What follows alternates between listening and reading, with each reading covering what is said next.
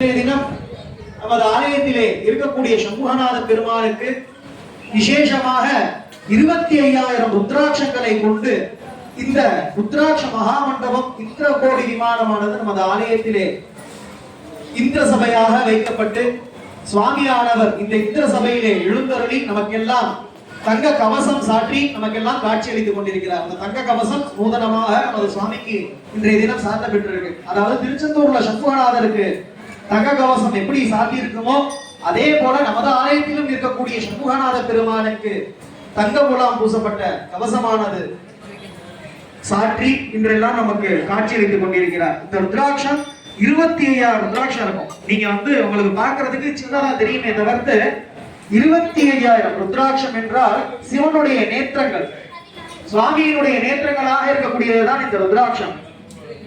நமது முருகப்பெருமானானவர் மிகவும் அவ்வியாஜ கருணாமூர்த்தி. இன்றைய தினம் நமது ஆலயத்திலே 3வது வருடமாக சத்ருசம்ஹார திரிசதி மகாயாகமானது இன்றைய தினம் நடந்தேறியது.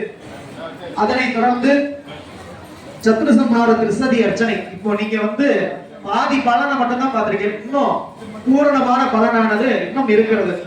அதாவது இன்னொரு விசேஷம் என்னவென்றால் நமது ஆலயத்திலே செவ்வாய்க்கிழமை இன்றைய தினம் வாராவாரம் நமது ஆலயத்திலே நடக்கக்கூடிய வேல் பூஜை, கூடுதலாக சத்ருசம்ஹார திரிசதி அர்ச்சனை மிகவும் விசேஷமான நாளாக இன்றைய தினம் நமது ஆலயத்திலே இங்கே இருக்கக்கூடிய பக்தர்கள் அனைவருக்கும் ஒரு பூர்வ ஜென்ம சுமூர்த்தம் என்றுதான் சொல்ல வேண்டும். இன்றைய தினம் அனைவரும் நாம் எதிர்பார்த்ததை விட பக்தர்கள் ஜனாகர்ஷணமாக இன்றைய தினம் எழுந்தருளி சுவாமியினுடைய, அதாவது நீங்க பாக்குறப்ப திருக்கல்யாணம் பாக்குற மாதிரியே தான் இருக்கு. சுவாமியை பாக்குறப்ப அந்த அளவுக்கு சுவாமிக்கு ரொம்ப எல்லாத்தையுமே சின்ன அளவுல போட்டதை பெரிய அளவுல அவர் ஏத்துக்கிட்டார்.